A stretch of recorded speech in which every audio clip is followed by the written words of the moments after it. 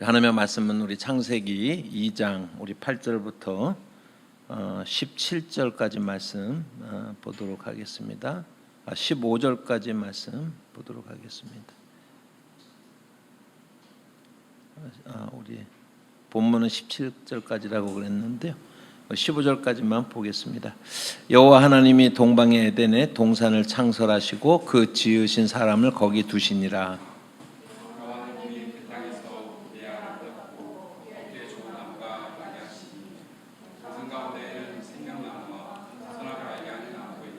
강이 에덴에서 흘러나와 동산을 적시고 거기서부터 갈라져 내 근원이 되었으니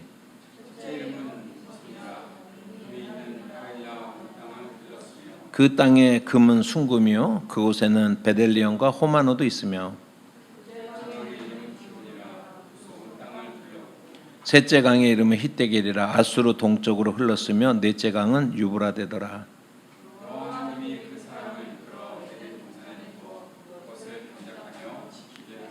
16절도 있죠. 거기요. 여호와 하나님이 그 사람에게 명하여 이르시되 동산 각종 나무의 열매는 내가 임의로 먹되 선악을 알게 하는 나무의 열매는 먹지 말라. 내가 먹는 날에는 반드시 죽으리라 하시니라. 아멘.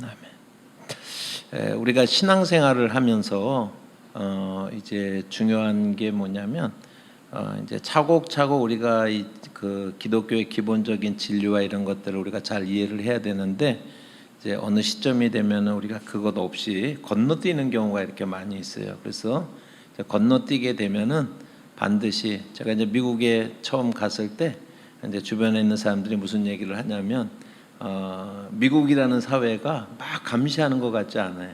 그러니까 한국에서 온 분들은요 여기도 돈을 버는 방법이 보이고 저기도 돈을 버는 방법이 보이고 다 이렇게 잘 보이는 것 같아요. 근데 그래갖고 계단을 막 2계단, 3계단 뛰어 올라가잖아요. 반드시 다시 내려와가지고 한 계단 한 계단 올라가게 되어 있어요. 그러니까는 감시가 없는 것 같지만 10년, 20년이 걸려도 뭐 예를 들면 세금이라 이런 게 공소시효라는 게 없어요.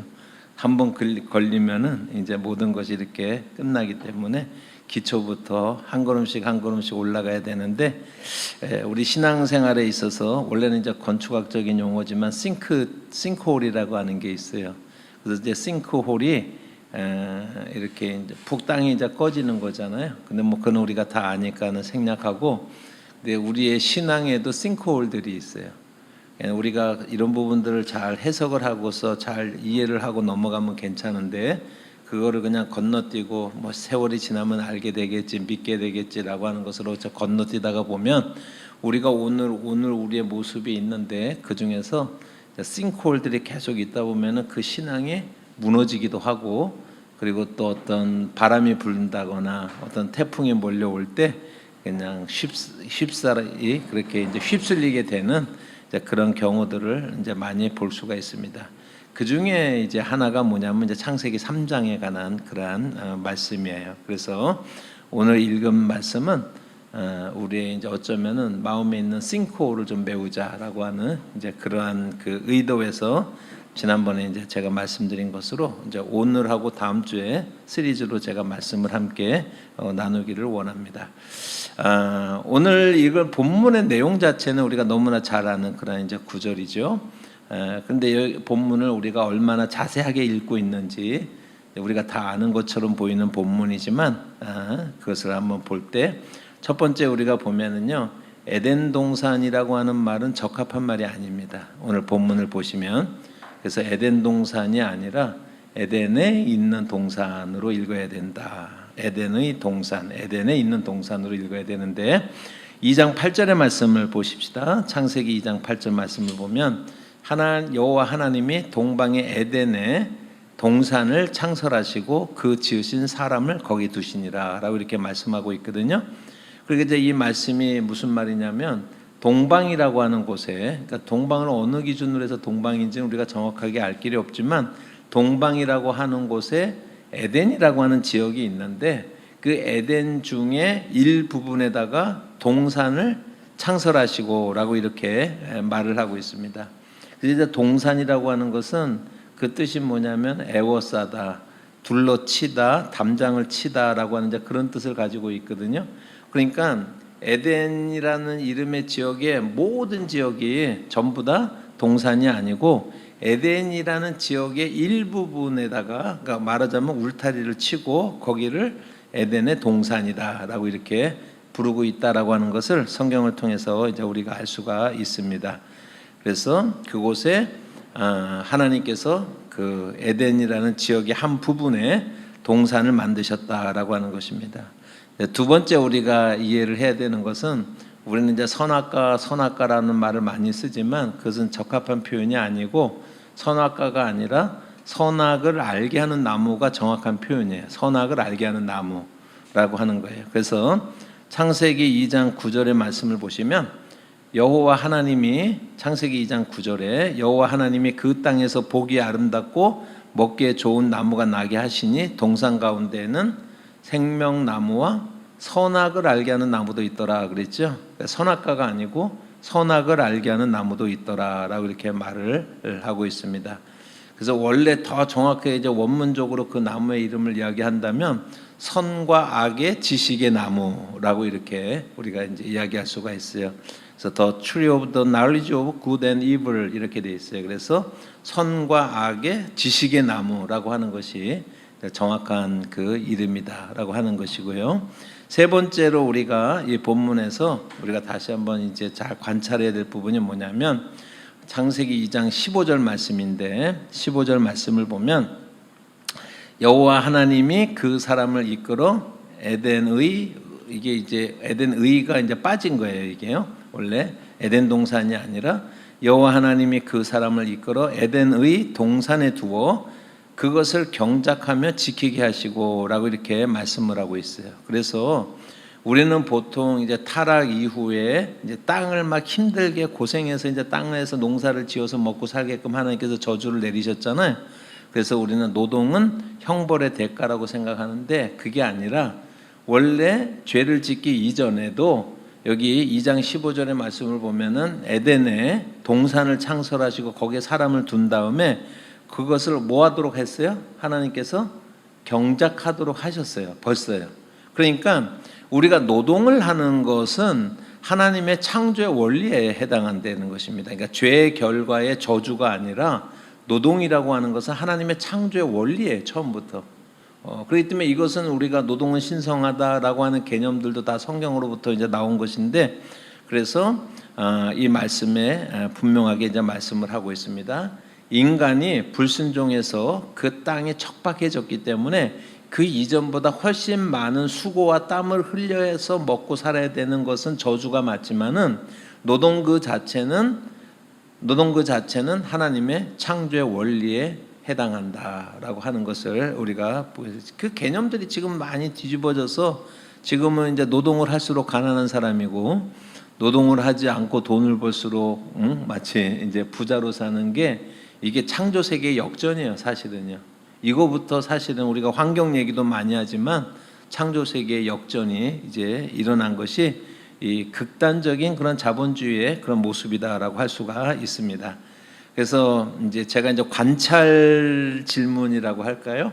성경을 우리가 본문을 볼 때 얼마나 우리가 잘 이제 보느냐. 그래서 에덴 동산이라는 말이 아니라 에덴에 있는 한쪽의 동산이라고 하는 것, 그 다음에 선악의 지식을 알게 하는 나무라고 하는 것, 그리고 이제 노동이라고 하는 것은 창조의 원리다라고 하는 것을 우리가 생각을 하면서 오늘 말씀을 우리가 생각할 때, 오늘 말씀은 사람들이 많이 이제 질문을 하고 있는 이제 그런 말씀인데, 이제 크게 두 가지 질문이 있습니다. 하나는 뭐냐면, 하나님은 선악을 알게 하는 나무를 왜 만드셨을까라고 하는 질문이에요.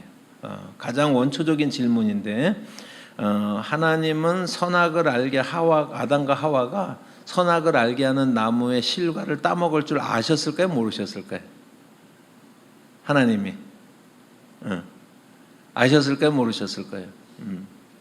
하나님이 아셨다고 그러면요, 하나님은 공의의 하나님이거나 정의로운 하나님이 아니세요. 하나님은 괴팍한 하나님이에요. 알고서 거기다가 선악을 만들어 놓고, 그리고 거기에 그 트랩에 빠지게 해서, 그래서 죄를 짓게 만들었잖아요. 그죠? 모르셨다 그러면 또 무슨 문제가 생기는 거예요? 하나님은 전지하신 하나님이 아니에요. 하나님이 모르는 게 있어요. 전지하신 하나님이 아니기 때문에 전지성에 이제 문제가 되는 것입니다. 그래서 우리가 이제 이 문제를 우리가 정면으로 우리가 한번 해답을 찾아보도록 하겠습니다. 다음 주에는 하나님의 예정과 인간의 자유 의지에 관한 이제 그러한 그 말씀인데, 하나님께서 모든 것을 예정하셨어요. 그러면 우리가 자유 의지가 가능할까요? 가능하지 않을까요? 하나님이 다 예정하셨는데 우리의 자유로운 의지가 가능한가라고 하는 것은 모순된 질문 같아요. 그렇기 때문에 그 예정과 자유는 결코 함께할 수가 없는 충돌하는 가치가 아닌가라고 하는 문제를 문제의식을 우리가 가지고 이제 우리가 해답을 한번 찾아가 보도록 하는데, 오늘은 첫 번째로 선악을 알게 하는 나무를 왜 만드셨을까라고 하는 문제에 좀 집중을 좀 해보도록 그렇게 하겠습니다. 이 상호 충돌하는 이 어떤 그 질문, 모순적인 이 상황, 명제적으로 모순이잖아요 지금요. 그런 상황은 우리가 신학이나 아니면 철학 같은 그런 논리적인 그런 방법으로 해결되지 않는, 그래서 이게 마치 엉킨 실타래를 푸는 것과도 같은데, 이제 이 실타래를 풀어내기 위해서는 전혀 다른 접근이 필요하다라고 하는 거예요. 그것은 성경의 우리가 원리를 따르면 제가 제시하는 것은 뭐냐면, 그러면은 이것을 어떻게 풀 것인가라고 했을 때 인간 창조의 독특성이라고 하는 문제를 가지고 우리가 이 문제를 좀 풀어볼 수가 있습니다. 이제 목사님들이 신학교를 가게 되면은 처음에 이제 조직 신학에서 실론, 이제 서론을 물론 배우지만 실론을 배우고 그다음에 이제 인간론을 배웁니다. 인간론을 배울 때 처음 말하는 것이 뭐냐면 인간 창조의 독특성이라고 하는 것을 우리가 배우게 돼요. 신학교에 가서요. 그래서 인간 창조의 독특성이 뭐냐면, 하나님께서 모든 만물들은 다 말씀으로 빛이 있으라 하면 빛이 있었어요. 그죠? 그러니까 모든 것들은 말씀으로 창조하셨지만 인간은 하나님께서 흙이라고 하는 재료를 사용해서 빚어서 만드셨다라고 하는 거예요. 그리고 그 코에다가 생기를 불어넣으신 것이잖아요. 그것이 인간에게만 해당되는 창조의 독특성이다라고 할 수가 있고요. 두 번째는 뭐냐면, 인간을 만드실 때는 삼위일체 하나님의 그걸 신적인 의논이라고 그러거든요. 삼위일체 하나님 사이에 신적 의논이 있었습니다. 세 번째로 보면은요, 인간은 하나님의 형상을 따라서 그 모양대로 만드셨어요. 그러니까 다시 말하면 인간을 만들 때는요, 모델이 있었어요. 그 모델이 누구예요? 삼위일체 하나님이에요. 그러니까 모델을 염두에 두고서 만드셨다라고, 하나님을 모델로 해서 만들었다라고 하는 것입니다. 네 번째로 보면은요, 그 인간에게 만물의 통치권이 주어집니다. 그것이 인간 창조의 독특성이라고 하는 거예요. 재료가 있었어요. 재료를 가지고 만들고 그 코에다 생기를 불어넣었어요. 신적인 의논이 있었습니다. 그리고 모델이 있었습니다. 그리고서 그 인간에게는 만물을 다스리는 통치권을 이제 관리하는 그 관리권을 이제 주셨다라고 하는 것이 인간 창조의 이제 독특성이에요. 그래서 이 모든 것들이 다 합쳐지면은 하나님께서 인간을 만드실 때는 다른 피조물들과 의도적으로 다르게, 의도적으로 독특하게, 의도적으로 우월하게 하나님께서 인간을 만드셨다라고 하는 것이 성경이 이야기하고 있는 바다라고 할 수가 있어요. 그 중에서도 가장 중요한 특징은 하나님은 하나님의 형상과 하나님의 모양을 따라서 만들었다라고 하는 것이 가장 아주 중요한 그러한 특징이라고 할 수가 있는데, 창세기 1장 26절의 말씀을 보면 하나님이 이르시되 우리의 형상을 따라서 우리의 모양대로 우리가 사람을 만들자. 그러니까는 신적인 의논이 있죠 지금요.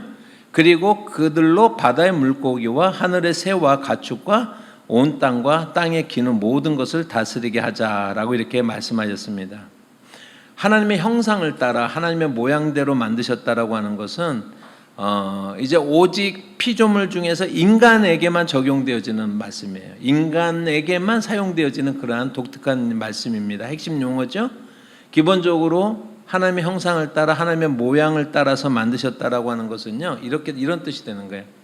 하나님을 모델로 해서 만들었는데, 인간을 만들었는데 만들어 놓고 보니까 똑같게 만들었어요. 어쩌면 그렇게 잘 닮게 만들었는지라고 하는 강조형의 그런 이제 의미가 기본적으로 이제 깔려 있습니다. 그러면서도 우리가 생각해야 되는 게 하나님의 형상대로 만들어졌다라는 것은 세부적으로 여러 가지 이제 특징을 보여주고 있는데, 먼저 하나님의 형상대로 만들어졌다는 것은 인간이 전인격적 존재로 하나님 앞에서 이제 소통이 가능한 존재로 만들어졌다라고 하는 거예요.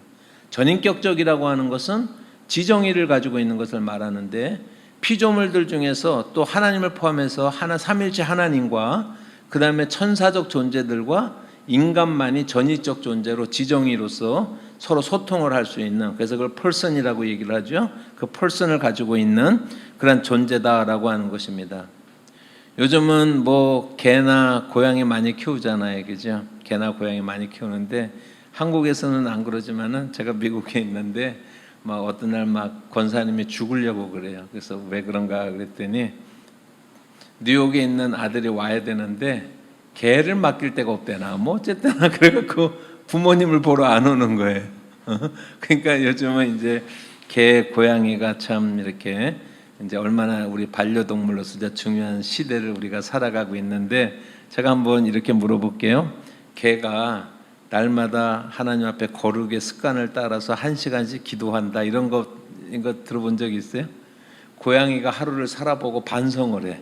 오늘은 좀 내가 생선을 너무 많이 욕심을 부렸구나, 다른 고양이하고 내일은 나눠 먹자, 이런 거 반성하는 거 봤어요? 이제 이러한 부분들이 인격적인 존재로서 하나님 앞에서 의식을 가지고서 하나님과 교제하면서 자기를 살필 수 있는 그런 부분들이 다 인격적 존재이기 때문에 그렇다라고 하는, 하나님의 형상을 따라서 만들어졌기 때문에 가능하다라고 할 수가 있습니다. 그런데 그 하나님의 형상을 닮은 인간이 신의 모습을 띠고 있다라고 얘기를 하고 있잖아요. 그러니까 실제로 보면은 하나님과 방불하게 만들어졌기 때문에 하나님의 자리를 대신하는 통치자로서의 그 역할이 인간에게 부여되는 것을 볼 수가 있어요. 제가 여러 이제 그 주석들과 이런 것들을 살펴보는 가운데 하르트라고 하는 그런 신학자가 이 부분을 해석한 것이 가장 마음에 들어서 제가 소개를 하면 26절을 이렇게 설명을 하고 있습니다. 이 본문은 하나님이 인간을 창조하신 기본 목적이 하나님의 대리자로서 땅에 대한 왕적인 지배권을 행사하라고 하나님께서 인간을 만드셨다는 것을 보여준다. 인간은 창조 세계 위에 만들어진 왕이고 궁극적인 왕이신 하나님께 대한 전적인 책임적 존재로서 존재하게 되어진다. 그래서 이 창조 세계를 관리하고 발전시키며 돌보도록 기대되어진다, 인간에게. 이것이 원래 창조의 원리다라고 하는 것이에요. 이것이 이제 깨지고 이제 망가진 것이 현재의 그런 모습이라고 할 수가 있죠. 그렇다 그러면 우리가 하나님의 모양대로 만들어졌다라고 하는 것은 무엇인가 하면, 인간이 하나님을 닮게 이렇게 만들어졌지만 인간은 그래도요, 우리는요 이미테이션이에요. 모사품이야, 모사품. 인간이 하나님에게 방불할 정도로 그렇게 많은 정말 그 특혜를 받은 그러한 존재이지만은 하나님의 모사품이라고 하는 것은, 진품은 하나님이시다라는 것이고요, 모사품이다라고 하는 것은 하나님으로부터 구별되는 존재다라고 하는 것을 우리가 깨달아야 된다라고 하는 것이죠. 우리 인간이 가지고 있는 창조성, 우리 인간들도 창조성이 있잖아요, 그죠?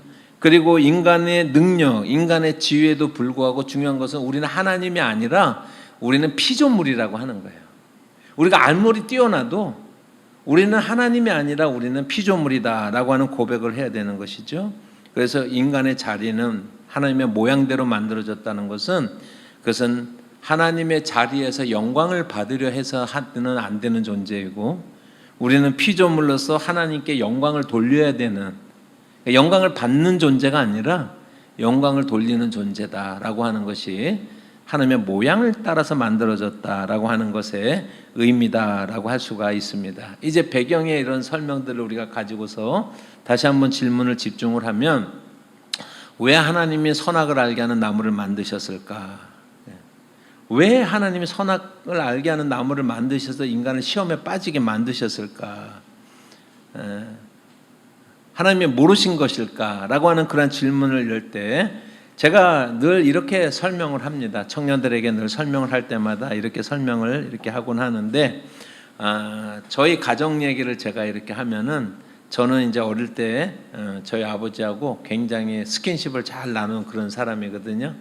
그래서 그 아버지하고 저희 아버지하고 제가 나눈 스킨십이라고 하는 것은 친밀함에서 나오는 것이 아니라 이제 몽둥이나 아니면 이제 주먹이나 발길질이나 아니면 막 심한 욕설이나 이제 이런 거로 스킨십을 늘 즐겼어요. 그러니까 즐기는 분은 우리 아버지시고 저는 주로 이제 저뿐만 아니라 제 동생들도 마찬가지지만 스킨십을 즐기는 게 아니라 우리는 그 스킨십을 당하는 이제 그런 입장에 있었죠. 저희 아버지는요, 이제 술만 안 드시면 되는데 술만 취하셨다 그러면은 어떨 때는 좀 짐승같이 그럴 때 이제 아주 변신을 하는데 문제가 뭐냐면 항상 술을 드신다는 거예요. 문제는 항상 술을 드셨어요. 제가 지금까지도 이제 가슴 아픈 이야기가 6살 때 기억인데 6살 때 막 졸리는데 아버지가 밤늦게 뭐 늘 늦게 오시지만 술 드시고 안 오시는 거예요. 그러다가 이제 깜빡 잠이 들었어요. 6살짜리가 잠이 들었는데 어떻게 제가 뭐 몇인지도 모르는데 제가 자다가 6살짜리가 자다가 이렇게 멱살을 잡고 일으킴을 이렇게 당해가지고 그래갖고 딱 맞은 거예요 제가. 그러니까는 몇 살 때요? 6살짜리가 자다가 이렇게 갖고 막 이렇게 맞았었던 이제 그런 기억이 있어요. 지금 뭐 50몇 년 지난 반세기가 지난 이제 그런 건데 저희 아버지는 한 40년쯤 전에 이제 돌아가셨거든요. 일찍 돌아가셨는데 참 마음속에 그리운 아버지이기는 하지만은요. 지금도 제 마음속에서는 6살짜리 아이가 한 번 하루도 잊지 않고요. 6살짜리 아이가 우리 아빠한테 물어보고 있어요. 왜 그때 왜 그러셨어요? 왜 제가 맞았어야 돼요? 라고 이렇게 지금도 묻고 있어요. 돌아가셨으니까 해결이 안 되는 문제로 남아버린 거예요, 이게. 그때 제가 조금 일찍 심리학에 대해서도 조금 배우고 그랬으면은 무서운 아버지라도 좀 따져봤을 텐데 그때는 그런 거를 몰랐단 말이에요. 그래서 그냥 마음속에 지금도 이제 묻고 있어요. 그래서 제가 나중에 한 20년쯤 전에 뭐 20년 전도 옛날이지만 제가 이제 다 크고 난 다음에 저희 이제 아버지 돌아가시고 난 다음에 한번 저희 어머니한테 한번 여쭤봤었어요. 제가 그래서 왜 그날 왜 제가 그렇게 이제 맞았어야 되느냐라고 이렇게 물어봤더니 저희 어머니가 잘 기억을 못 하세요. 뭐 당연히 기억을 잘 못 하시는데 우리 어머니 말씀이 뭐냐면 아마 그날도 술에 잔뜩 취한 아버지가 아버지 돌아오기 전에 잠들었다는 게 이유예요. 아버지가 돌아오기 전에 잠들었다는 이유로 그래가지고 그랬겠지라고 이렇게 말씀하시는데 아마 그랬을 것 같아요.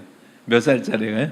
6살짜리가 새벽 1시인지 2시인지도 모르는 시간에 그렇게 해갖고 이제 한번 두들겨 맞아야 되는 거예요. 아버지 오시기 전에 잠들었다고. 그러니까 제가 성장하는 그런 많은 이제 기간들 속에서 아버지는 안 보일수록 행복해요, 제가. 왜냐하면 보이기만 하면 무슨 또 제가 제일 싫어했던 프로그램이 이제 장학 퀴즈예요, 장학 퀴즈. 그 여러분 요즘 뭐 그런 비슷한 프로그램 가끔 있지만 우리 때는 이제 장학 퀴즈 대회를 하면은 그러면은 이제 그 우리 아버지가 억지로 불러다 놓고서 아니 장학 퀴즈에 나간 애들 문제를 제가 어떻게 다 맞춰요 그거를요. 그리고 그거에 대해서 못 맞추면은 눈치가 보여가지고 너무 좌불안석인 이제 저를 너무 불쌍하게 생각하지 말고 우리 시대 때는 저같이 잘한 사람들이 참 많았어요. 그때는 이제 그런 시절이 있었습니다. 세월이 많이 지났어요.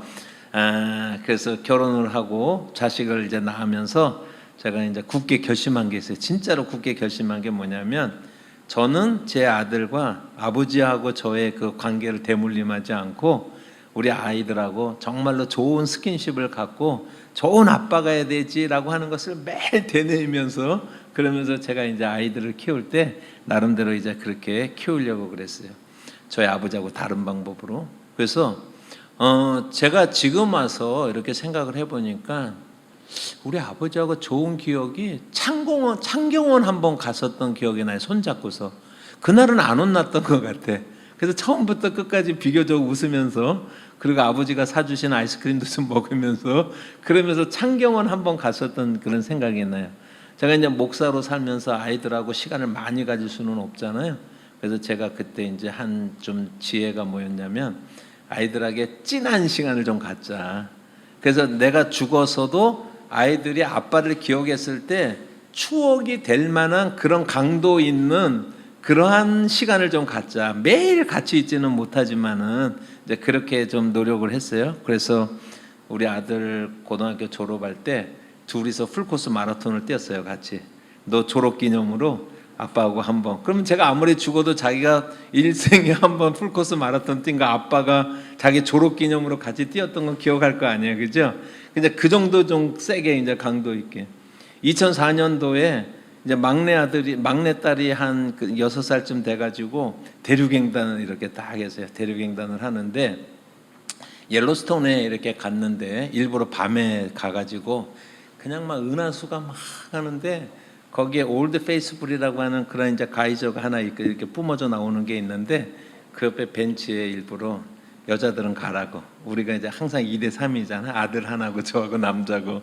근데 이렇게 이제 따로 이렇게 가라고 그러고 저하고 아들하고 벤치에, 우리 아들은 이제 중학교 3학년이었고 벤치에 딱 누워가지고 머리를 맞대고 이렇게 한 다음에 아들아 저 하늘을 봐라. 응? 그래서 저렇게 별이 많지 않니? 그러면서 우리가 앞으로 아빠하고 엄마가 이 세상에 없을 텐데 그때는 네가 동생들하고 저 밤에 하늘을 볼 때마다 아빠를 기억하고 오늘 이 시간을 기억하고 그러면서 좀 이렇게 그런 그 정말 이렇게 형제들끼리 잘 살아야 된다고, 이 날을 꼭 기억하라라고 이렇게 얘기를 했거든요. 그래서 우리 아들이 지금 이제 30 이제 몇 살이 됐는데 이제 91년생이니까 우리 아들한테 언제든지 아빠하고 추억 중에서 가장 강렬한 인상이 뭐냐 그러면 그 순간을 얘기를 해요. 그 순간을 그 옐로스톤에서 깜깜한 밤에 이렇게 이제 아빠하고, 근데 무슨 내용인지는 생각 안 나는데 그 장면이 우리 아들이 이제 아빠를 가장 이렇게 아빠하고 가졌던 추억 중에서 가장 인상이 남는 장면이라고 그렇게 이야기를 합니다. 작년에 우리 딸 둘하고 이제 그 대륙횡단을 이제 하다가 이제 또 옐로스톤을 둘렀거든요. 근데 우리 딸 입에서, 둘이 입에서 왜 아빠 그때 우리하고는 안 하고 아들하고만 했냐, 오빠하고만 했냐는 거예요. 그래서 우리 밤에 와가지고 우리하고도 해야 된다는 거예요. 다 큰 딸들이. 그래가지고 이제 밤에는 이제 안 가고 이제 그 가이자 앞에서 이제 해가 어둑어둑할 때 뭐 그림자로 뭐 만드는 장난도 하고 뭐 손가락으로 장난도 하고 그러면서 이제 그거를 우리 딸들이 저한테 요구를 하는 거야. 그래서 참 그때 이제 참 인상적인 이제 그런 시간들을 이제 가졌는데, 그리고 또 한 가지만 얘기하면 이제 애들이 셋이잖아요. 그러니까 아빠는 너희들을 똑같이 사랑해 그 말을 하지 않아요. 그냥 그 말 하는 게 아니라 제가 우리 아들하고만 가는 장소가 있어요. 그거는 다른 동생들은 몰라. 제가 큰 딸하고 가는 장소가 있어요. 제가 막내 딸하고 가는 장소가 있어요. 그래서 그냥 두루두루 사랑해, 그게 뭐 그건 당연한 거지만 그런 게 아니라 그 중에서 이제 제가 항상 생각했던 게 아쉬웠던 게 독특한 경험들을 나누고 싶었어요. 이렇게 독특한 경험들을. 그러면서 이제 아이들을 이제 키웠거든요. 그러다 보니까 지금 30살도 넘고 이제 20대 후반인데 지금도 이제 아빠가 어디 가자 그러면 어떻게든지 같이 가려고 이렇게 이제 그런 관계니까는 제가 아이들한테 물어보지는 않았어요. 그게 뭐냐면 꽤 좋은 아빠지라고 물어보지는 않았어요. 혹시 걔네들이 어떻게 대답할지 몰라서 그냥 저 혼자서, 안 물어보면 상관없잖아요. 저 혼자서 나는 좋은 아빠야 라고 스스로 늘 생각을 합니다. 절대 안 물어봐요, 애들한테. 좋은 아빠 맞냐고 물어보지는 않는데, 이제 그렇게 이제 제가 이렇게 참 아이들하고 이제 좀 친숙한 이제 그런 그 아빠가 되기 위해서 나름대로 이렇게 이제 생각을 하면서 스킨십을 많이 이렇게 나눴습니다. 그렇게 이제 지금도 마찬가지지만 아이들하고 이렇게 친숙하기를 원하는데, 그런데 제가 이제 아이들한테 항상 하는 얘기가 있어요. 이제 우리는 애들 어렸을 때 저하고 틈만 나면 똥침놀이를 하거든요.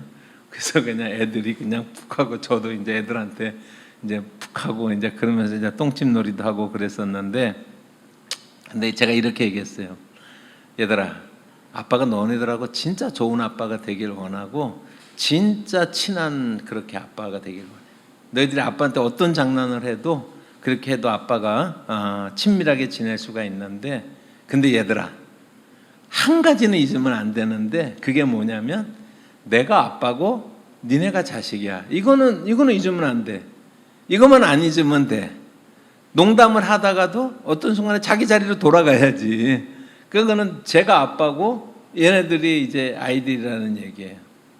이제 미국에서 제가 어느 날 신문을 이렇게 봤는데 Dear My Children이라고 하고서 이렇게 간단하게 있는데 식탁에 이렇게 붙여놓는, 백인들이 이제 붙여놓는 거라고 그래.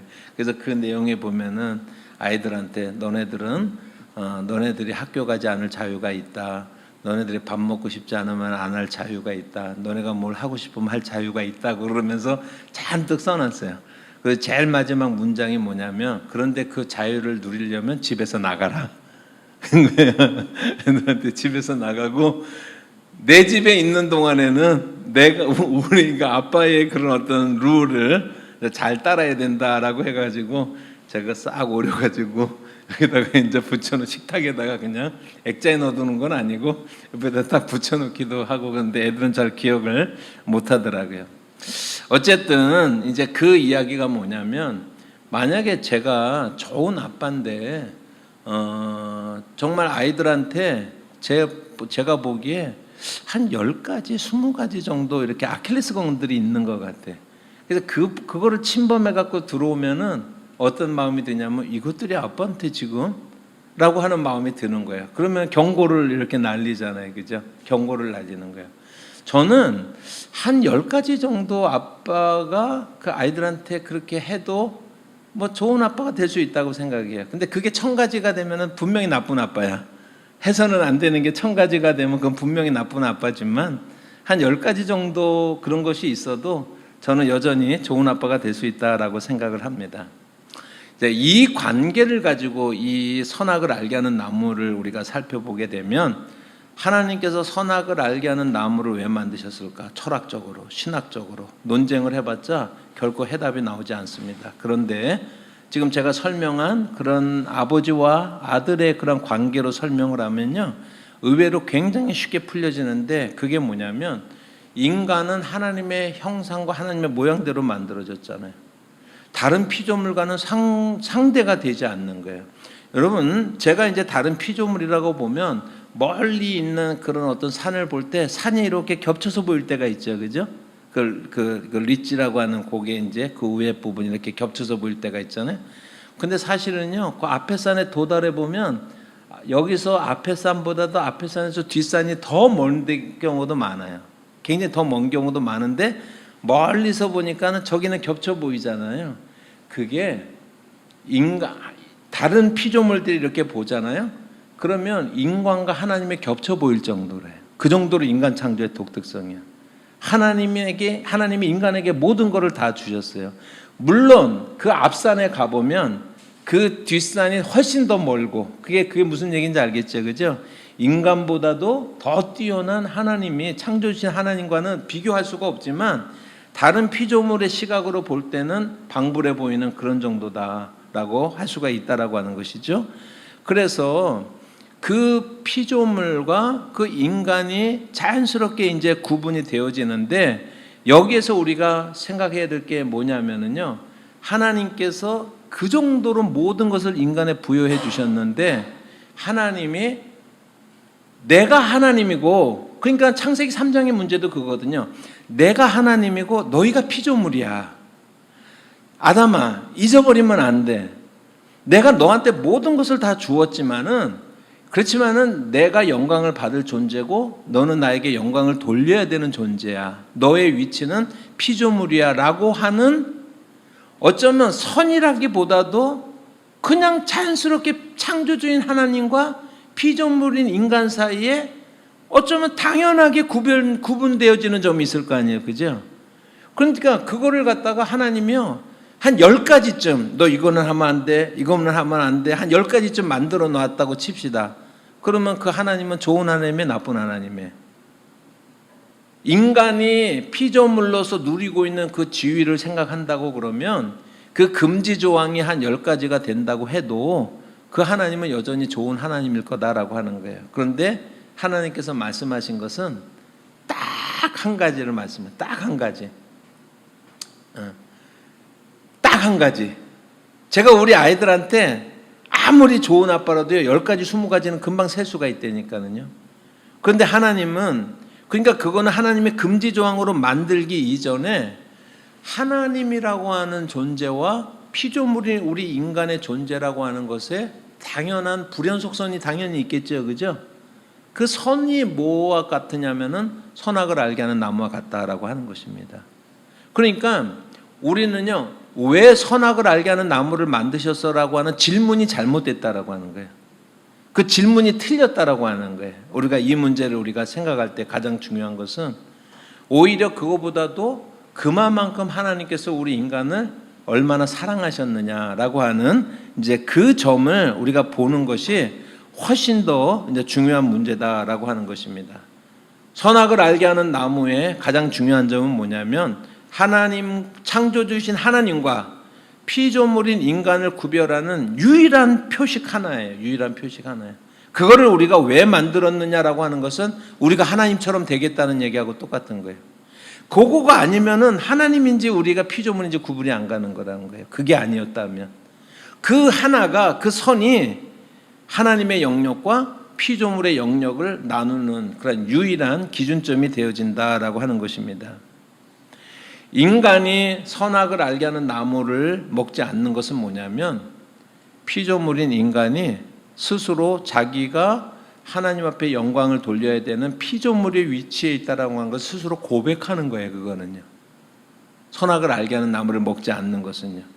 하나님께 마땅히 드려져야 될 그런 영광을 가로채지 않겠다라고 하는 그런 결단이다라고 하는 거예요. 그리고 이 결단은 매일매일 우리가 하나님 앞에서 결단해야 되는 그런 내용이다라고 하는 거예요. 그러니까 매일 선악과를 안 먹는 결단을 해야 되는 거예요. 우리가 피조물입니다라고 하는 고백하고 똑같은 거예요. 그것은요. 여러분 창세기 2장 9절 말씀 한번 읽어봅시다. 창세기 2장 9절 말씀을 보시면 여호와 하나님이 그 땅에서 보기 아름답고 먹기에 좋은 나무가 나게 하시니 동산 가운데는 무엇이 있어요?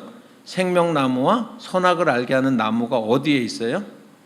어디에 있어요? 동산의 가운데 있어요. 가운데. 이 생명나무가 뭘까라고 하는 것은요.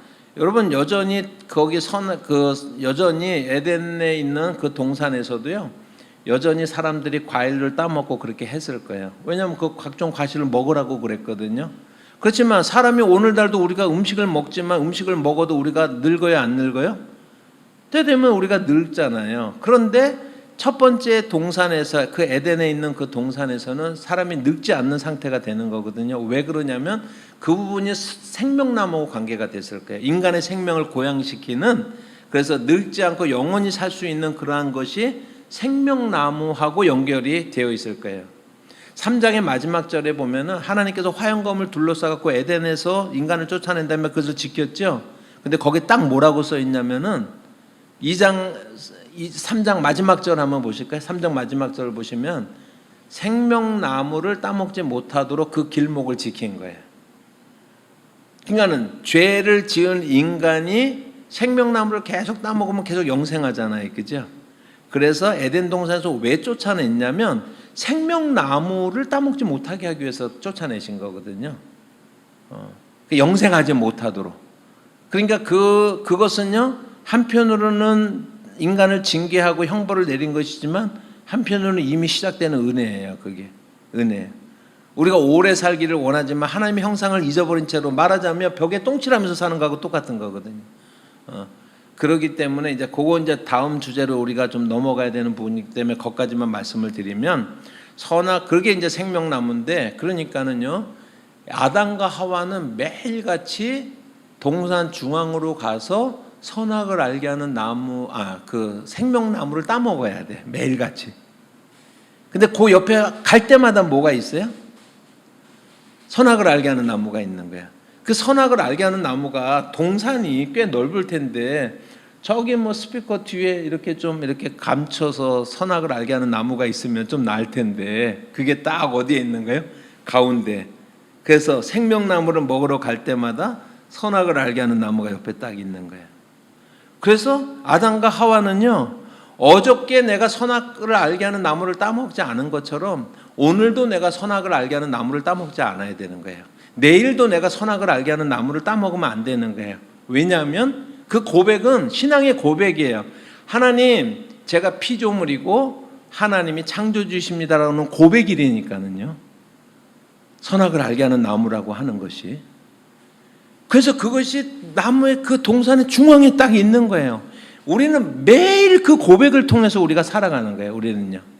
매일같이 그 고백을 가지고 우리가 살아가야 되는 존재가 되어야 된다라고 하는 것입니다.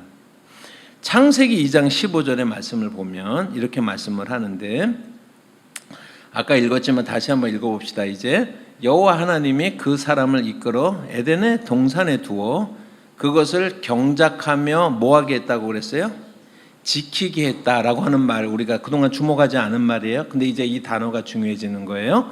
경작했다라고 하는 건 아까 이제 말씀을 드린 거고, 지키게 했다라고 하는 거예요.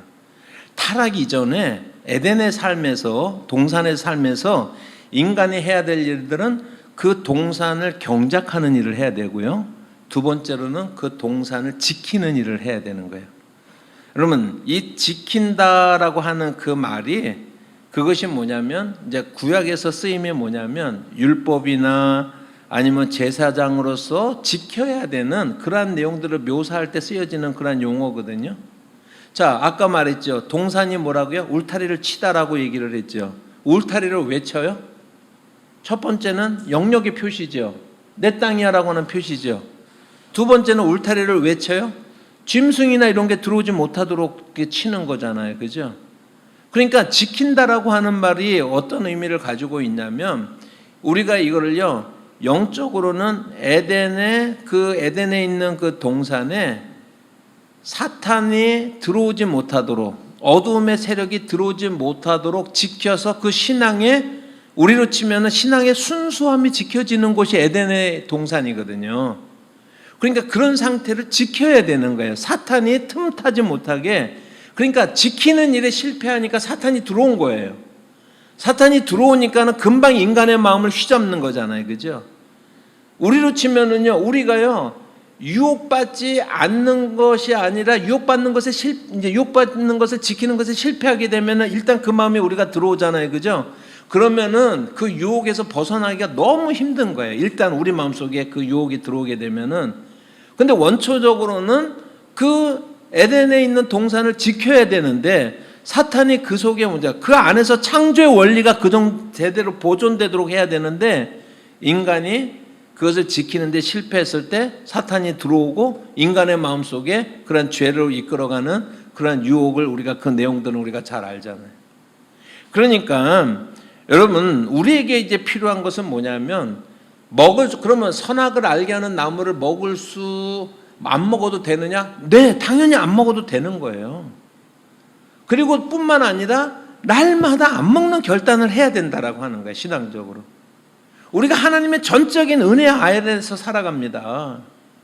우리가 하나님 이외에 우리의 다른 도움이 전혀 없습니다라고 하는 그런 신앙적인 결단이 우리가 매일같이 필요했다라고 하는 것입니다. 그런데 그것을 지키는 일에 실패한 것이죠. 오늘날 이 세상이, 오늘날 우리 교회가 왜 이렇게 어지럽습니까?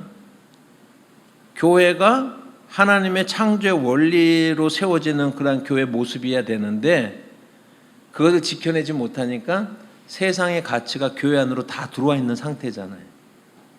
맘모니즘이 들어오고, 세상의 온갖 더러운 것들이 교회 안에서 똑같이 들어와 있는 그런 상태잖아요. 그것과 우리가 마찬가지로 우리가 설명을 할 수가 있다라고 하는 것입니다. 인간은 선악을 분별함으로 하나님처럼 될 수 있다라고 하는 그러한 달콤한 욕망에 인간이 무너진 거예요. 하나 남았다니까는요, 하나님뿐이 없어요 이제요. 근데 그 하나님처럼 되고자 하는 그런 마음들을 우리가, 그래서 이 선악을 알게 하는 나무를 먹은 것은 뭐냐면 하나님의 사랑과 호의에 대한 배반인 거예요. 그리고 하나님에 대한 반역이 되는 거예요. 그것을 이제 먹은 것이, 그 결과가 뭔지 한번 보십시다. 창세기 3장 22절과 23절의 말씀 우리가 그 결과를 한번 보겠습니다. 따먹은 결과가 어떻게 되냐면 여호와 하나님이 이르시되 보라 이 사람이 선악을 아는 일에 우리 중 하나같이 되었으니 그가 그의 손을 들어 생명나무 열매도 따먹고 영생할까 하노라 하시고, 그러니까 생명나무가 영생하고 관계되는 거죠 지금요. 영생을 얻을까 하시고 여호와 하나님이 에덴 동산에서 그를 내보내어 그의 근원이 된 땅을 갈게 하시니라 라고 이렇게 말씀을 하고 있습니다. 그러니까 여기에 22절에 뭐라고 그랬어요? 하나님이 선악을 알게 하는 나무를 실과를 먹었습니다. 하나님은 뭐라고 그러셨어요? 보라 이 사람이 아담이 하와가 선악을 아는 일에 뭐라고 그랬어요? 우리 중에 하나같이 되었다라고 이렇게 말했어요. 실제로요. 그 따먹은 결과로 우리 중에 하나같이 되었다라고 이렇게 말하고 있습니다.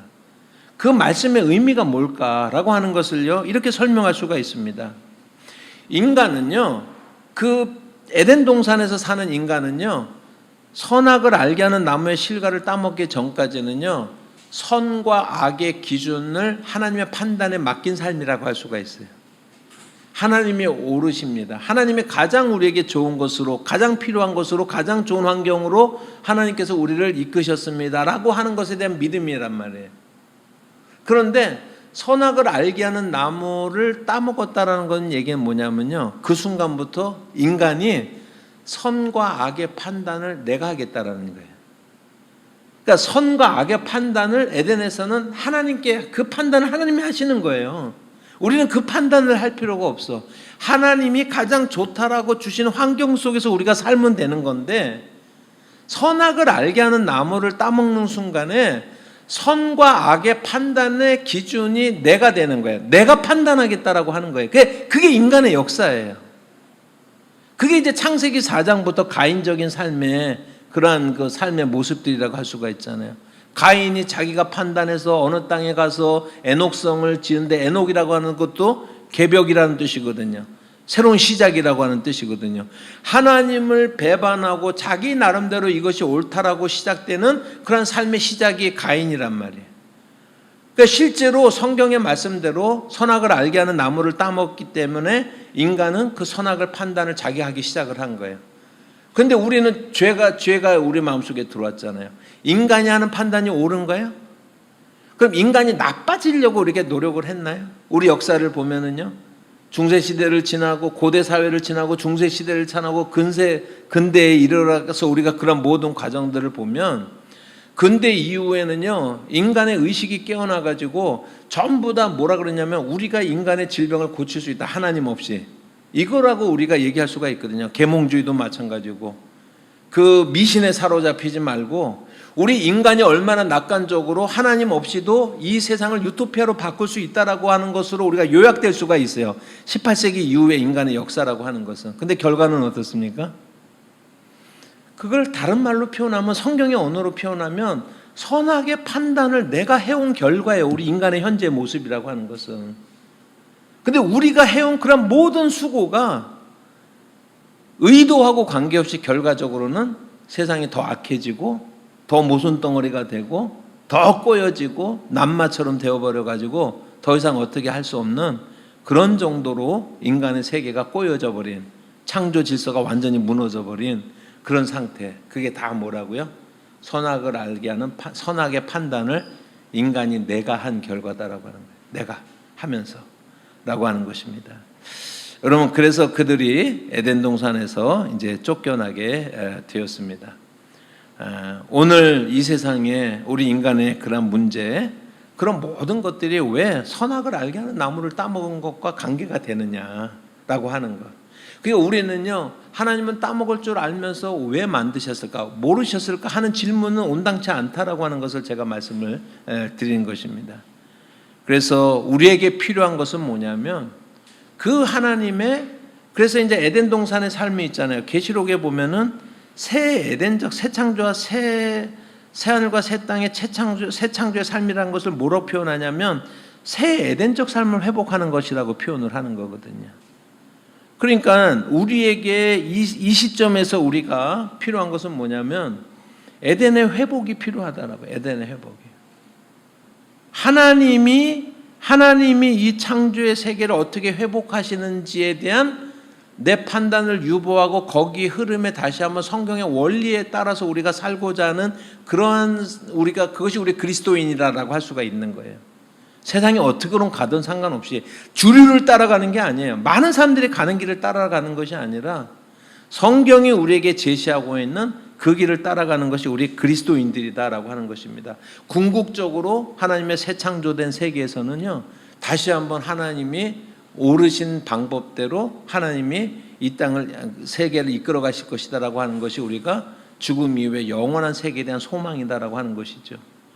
그래서 오늘 우리는 그 약속에 주님의 재림의 날에는 창세기 2장에서 말한 에덴적 삶의 그것보다도 더 회복되어진 완전한 새 에덴적 삶으로 우리가 회복될 것이라고 하는 것을 우리가 믿고, 그래서 우리가 이 땅에서 그 삶의 원리대로 살아가려고 하다 보면 세상하고 자꾸 부딪히게 되지만, 오늘 우리에게 촉구되어지는 것은 많은 사람이 따라갈지라도 우리가 옳지 않으면 그것에 대해서 노라고 말할 수 있는, 특별히 우리 청년들 가운데 그런 사람들이, 우리가 믿음의 사람들이 우리에게 필요하지 않느냐라고 하는 것입니다.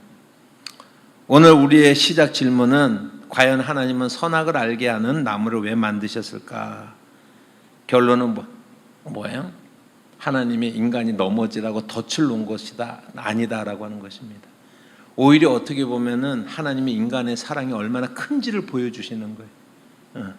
하나씩이나 만들어 놓은 게 아니라 딱 하나, 그거 하나를 통해서 그 이후에 모든 것이 허용되어지는, 그래서 우리의 질문의 방향이 바뀌어야 되는 거죠. 우리가 흔하게 얘기하는 것처럼 물컵에 물이 반이나 남았습니다, 반뿐이 안 남았습니다, 똑같은 것과 같이 왜 선악을 알게 하는 나무를 만드셨습니까? 아니라 그것만 빼놓고라고 할 정도로 하나님의 사랑이, 인간을 창조하신 그 목적이 얼마나 우리 인간에게 가장 좋은 상태였는가라고 하는 것을 보여주고 있다라고 하는 것입니다.